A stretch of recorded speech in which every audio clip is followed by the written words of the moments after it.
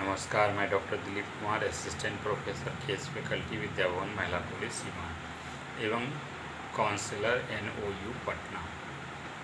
छात्रों, पिछली कक्षा में हम लोगों ने मुस्लिम लीग और तत्पश्चात लखनऊ पैक्ट के बारे में जाना था या कांग्रेस लीग समझौता के बारे में। उस वीडियो में कुछ तकनीकी खराबी आ गई थी, जिसके वजह से आवाज़ कुछ कम मिल रहा था एवं कई अन्य त्रुटियाँ भी थी, जिसे अब दूर कर लिया गया है। इसके लिए हम क्षमा प्रार्थी हैं।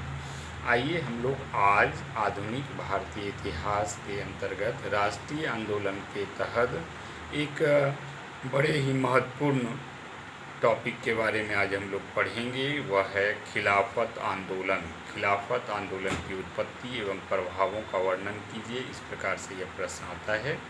BA पार्ट 3 के लिए यह बहुत ही महत्वपूर्ण प्रश्न है। तो आइए हम लोग इसके बारे में जानते हैं, और इसके बारे में जानने के तत्पश्चात इससे ही जुड़े हम लोग मोपला विद्रोह को भी देख लेंगे।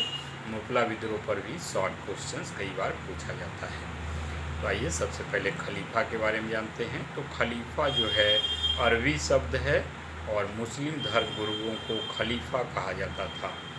और ये मुस्लिम धर्मगुरु युद्ध करके विश्व में अपना साम्राज्य को बढ़ावा देके और हर जगह अपने धर्म का प्रचार प्रसार करने का प्रयास कर रहे थे।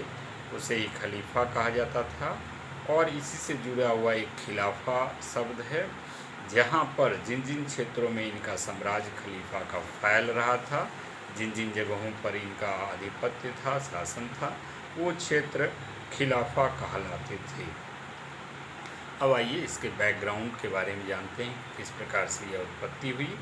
तो प्रथम विश्व युद्ध, जैसा हम जानते हैं कि 1914 ईस्वी से 1918 ईस्वी के बीच में हुआ। और यह जो है दो भागों में, विश्व के कई देश दो भागों में बटे हुए थे। मित्र राष्ट्र एक तरफ थे, जिसमें आपका अमेरिका, फ्रांस, रूस, जापान इत्यादि जो देश थे वह एक तरफ थे, और दूसरी ओर जो थे वह तुर्की, हंगरी, ऑस्ट्रिया इत्यादि छोटे छोटे देश एक साथ थे। और इस प्रकार से दोनों जो है गुट में, दोनों ये खेमे में युद्ध होता है। और अब आइए उसके पहले हम देखते हैं कि मुस्लिम लीग और कांग्रेस दोनों एक साथ हो गई थी, और एक साथ दोनों का लखनऊ पैक्ट में मिलन हुआ था।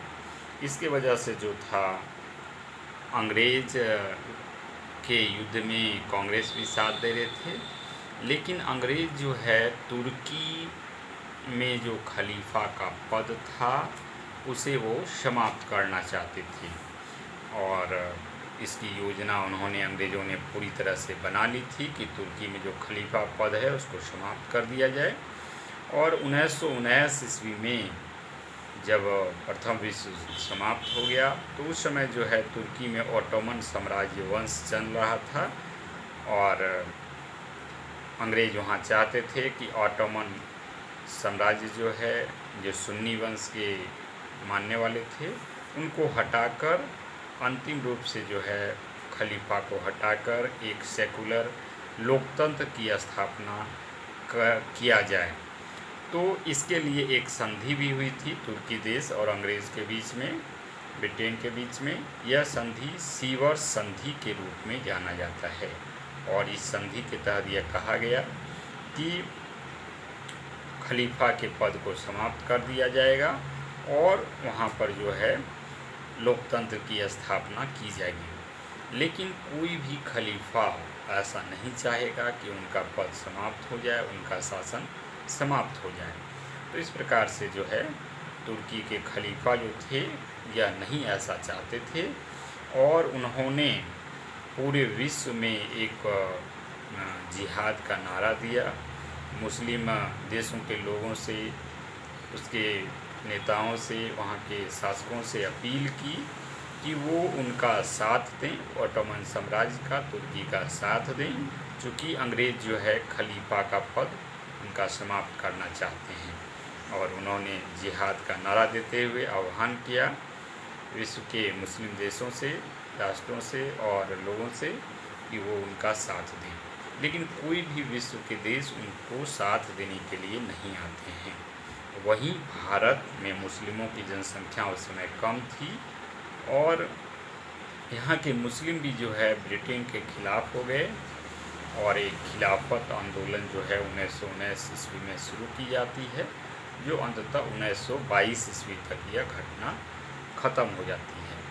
तो भारत में मुस्लिमों की संख्या कम रहती है, फिर भी एक संगठन बनाकर अंग्रेज़ों के खिलाफ ये दबाव बनाते हैं, अंग्रेज़ों और पर वो दबाव बनाते हैं यहाँ के मुस्लिम की, और आंदोलन एक करते हैं, खिलाफत आंदोलन करते हैं, ताकि जो है वहाँ पर तुर्की का ऑटोमन साम्राज्य बचा हुआ रह जाए और खलीफा का पद बना हुआ रहे, वह समाप्त नहीं हो। तो इस प्रकार से जो है यह आंदोलन शुरू होता है और उसमें महात्मा गांधी भी जुड़ जाते हैं। और महात्मा गांधी यह समझते हैं कि यह एक बहुत अच्छा मौका है जो कि हिंदू और मुस्लिम एकता को यहाँ पर बढ़ावा दिया जा सकता है, और वो हिंदू मुस्लिम के दोनों के बीच में जो दूरियाँ बढ़ गई थी उनको एक नज़दीक लाने का एक अच्छा प्लेटफॉर्म वो मानते हैं और इस आंदोलन को वो बढ़ावा देते हैं। तो ये चूँकि अंग्रेज़ों के खिलाफ़ ये आंदोलन शुरू हुआ था, वहाँ के तुर्की के खलीफा पद को समाप्त न किया जाए इसके लिए, इसीलिए इस आंदोलन को खिलाफत आंदोलन कहा गया, चूँकि यह अंग्रेज़ों के खिलाफ़ किया जा रहा था। और जैसा कि जानते हैं कि तुर्की जो था, तुर्की खुद यहाँ पर भारत में गजवाए हिंद अर्थात भारत को भी इस्लामिक राष्ट्र बनाना चाहता था।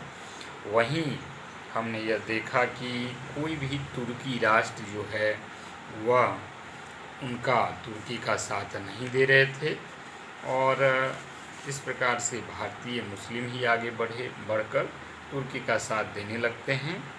और प्रारंभ में जो है जब एक संगठन की स्थापना होती है 1919 ईस्वी में इस खिलाफत आंदोलन को आगे बढ़ाने के लिए, तो 1919 ईस्वी में जो संगठन बनता है वह अखिल भारतीय खिलाफत कमेटी बनाई जाती है, और इस कमेटी की अगुवाई करते हैं चूँकि, और इस जो अखिल भारतीय खिलाफत कमेटी जो बनाई गई थी उसका अध्यक्ष जो है गांधी जी को बनाया जाता है। चूँकि कई उस समय आंदोलन हुए थे, जैसे खेड़ा आंदोलन, बिहार का चंपारण सत्याग्रह, तो इन सभी आंदोलनों में गांधी जी को एक बड़ी सफलता मिली थी, इसलिए अखिल भारतीय खिलाफत कमेटी का भी गांधी जी को अध्यक्ष बनाया जाता है। और गांधी जी ने अपना एक शिष्टमंडल डॉक्टर अंसारी के नेतृत्व में इंग्लैंड वायसराय को भेजा, और वहाँ पर यह शिष्टमंडल जाती है और तुर्की के खलीफा पद के मामला को रखती है, लेकिन इसका नतीजा जो है शून्य निकलता है, इसका प्रतिफल शून्य निकलता है, क्योंकि यह जो ओटोमन साम्राज्य का मामला था यह प्रथम जो विश्व युद्ध लड़ा गया था उसके परिणाम स्वरूप था, और इसका निर्णय जो था कई देशों, बड़े बड़े देशों के मार्फत देशों के द्वारा होना था। तो इसमें अंग्रेज़ केवल या ब्रिटिश साम्राज्य, ब्रिटिश शासक कुछ नहीं कर सकते थे। तो इस प्रकार से पहला शिष्टमंडल जो गया उसका नतीजा बेकार रहा, शून्य रहा।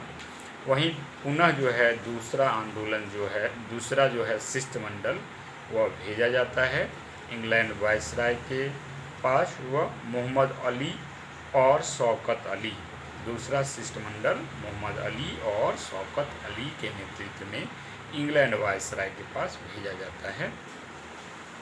और ये जो है मोहम्मद अली और शौकत अली, ये दोनों खिलाफत आंदोलन के मुख्य नेता थे। इनकी अगुवाई में दूसरा शिष्टमंडल वायसराय इंग्लैंड के पास जाता है, लेकिन पुनः जो परिणाम है वह ढाक के 3 पात के बराबर होता है, यानी नतीजा शून्य होता है, कोई परिणाम नहीं निकलता है। और ये जो खिलाफत आंदोलन थे खिलाफत आंदोलन चलाया जा रहा था। उस आंदोलन में गांधी जी के अलावा अली बंधु मतलब मोहम्मद अली और शौकत अली, और इसके अलावा जो है अबुल कलाम आज़ाद, जो स्वतंत्र भारत के प्रथम शिक्षा मंत्री बने थे, तो अबुल कलाम आज़ाद और हसरत मोहानी, ये मुख्य रूप से खिलाफत आंदोलन की अगुवाई कर रहे थे। तो इस प्रकार से हम देखते हैं कि 2 बार शिष्टमंडल जो है वायसराय इंग्लैंड के पास भेजा जाता है, लेकिन उसमें सफलता नहीं निकलती है, कोई निष्कर्ष नहीं निकलता है, और खिलाफत आंदोलन जो है 1922 ईस्वी में बिना किसी परिणाम के समाप्त हो जाता है। यानी हम इसके प्रभाव को जो आंदोलन था उसके प्रभाव को देखें तो खिलाफत आंदोलन जो शुरू होता है उसका कोई प्रभाव नहीं होता है, क्योंकि बाद तुर्की का था और वहाँ खलीफा ओटोमन साम्राज्य समाप्त कर लोकतंत्र करना था। लेकिन अंग्रेज़ों के इस कृत्य को, जो वहाँ पर लोकतंत्र की स्थापना थी, उसको यह जो खिलाफत आंदोलन है वह नहीं रोक पाता है, और वहाँ पर अंततः जो है ओटोमन साम्राज्य समाप्त कर तुर्की में एक स्वतंत्र लोकतंत्र की स्थापना, अर्थात उसको एक स्वतंत्र देश घोषित कर दिया जाता है। और यह आंदोलन खिलाफत आंदोलन जो है 1922 ईस्वी में अंततः ख़त्म हो जाता है। इसी बीच में हम एक और जो घटना घटती है वो देखते हैं कि जब गांधी जी इस खिलाफत आंदोलन का साथ दे रहे थे तो कांग्रेस के एक सदस्य जो थे डॉक्टर केशव बलराम हेडगेवार ने इसका विरोध किया। वह मुस्लिम एकता के पक्षधर थे, लेकिन तुर्की को बढ़ावा या तुर्की के खलीफा पद को बचाए रखने के वो विरोध में थे। क्योंकि जैसा हम पहले ही जान चुके हैं कि हिंदुस्तान को तुर्की जो है गजवा-ए हिंद अर्थात मुस्लिम राष्ट्र बनाना चाहता था। तो उन्होंने ऐसा कहा कि उन्होंने गांधी जी के खिलाफत आंदोलन के प्रयास का विरोध किया, और उन्होंने कहा जब तक मुझ में जान है हम ऐसा नहीं होने देंगे। और उन्होंने लोगों के घर घर जाकर लोगों को जोड़ना शुरू किया, लोगों को समझाया इन बातों को, और अंततः जो है डॉक्टर केशव बलराम हेडगेवार के द्वारा 1925 ईस्वी में जो है वह राष्ट्रीय स्वयंसेवक संघ यानी RSS का गठन किया जाता है, की स्थापना की जाती है। तो इस प्रकार से हमने यह देखा कि खिलाफत आंदोलन का कैसे उद्भव होता है और इसका प्रभाव जो है वह शून्य होता है। और अब आइए इसी से जुड़ी हुई एक घटना थी मोकला विद्रोह। तो जैसा खिलाफत आंदोलन में अंग्रेज़ जो देख रहे थे कि हिंदू मुस्लिम एकता हो गई है, तो अंग्रेज़ों ने चाल चलना शुरू किया, और वह समझ रही थी कि यदि हिंदू मुस्लिम एकता इसी प्रकार से बनी रही भारत में तो उनकी जो कूटनीतिक चाल है वह बेकार हो जाएगी और वह इस देश में ज़्यादा दिन तक सफल रूप से शासन नहीं कर पाएंगे। और अहिंसा और एकता दोनों एक बड़ी शक्ति थी, दोनों को वो तोड़ना चाहते थे। वह चाहते थे कि हिंसा हो और एकता, हिंदू मुस्लिम में एकता बना नहीं रहे। और इसी बीच में है जो खिलाफत आंदोलन समाप्त होने के पूर्व ही केरल की एक घटना होती है। अंग्रेज़ों के द्वारा वहाँ एक ऐसा माहौल बनाया जाता है कि हिंदू जो है मुस्लिमों के साथ राजनीति कर रहे हैं, और वहाँ पर एक बड़ा सांप्रदायिक दंगा भड़क जाता है केरल के मोकला में, इसलिए इसे मोकला विद्रोह कहा जाता है। और वहाँ पर बड़ी संख्या में हिंदुओं की, हजारों लोगों की हत्या कर दी जाती है। तो इस प्रकार से जो है मोकला में जो है वह जो हम देखते हैं कि मुसलमान अंग्रेज़ों के विरुद्ध लड़ रहे थे खिलाफत आंदोलन में, अब वो जो है हिंदुओं के खिलाफ उठ खड़े होते हैं और एक बड़ा भयंकर उपद्रव और एक सांप्रदायिक दंगा मोकला में, केरल के मोकला में होता है शुरू, जहाँ पर मुसलमानों की संख्या ज़्यादा थी। और इसके प्रभाव स्वरूप जो है 1922 ईस्वी में पंजाब में, पुनः 1923 ईस्वी में अमृतसर में, और पुनः 1924 ईस्वी में इसकी आग जो है नागपुर तक भी फैलती है और काफ़ी लंबे समय तक जो है सांप्रदायिक दंगों में भारत जलता रहता है। तो इस प्रकार से जो है मोपला विद्रोह ये होता है, जिसमें अंग्रेज़ों की यह चाल थी।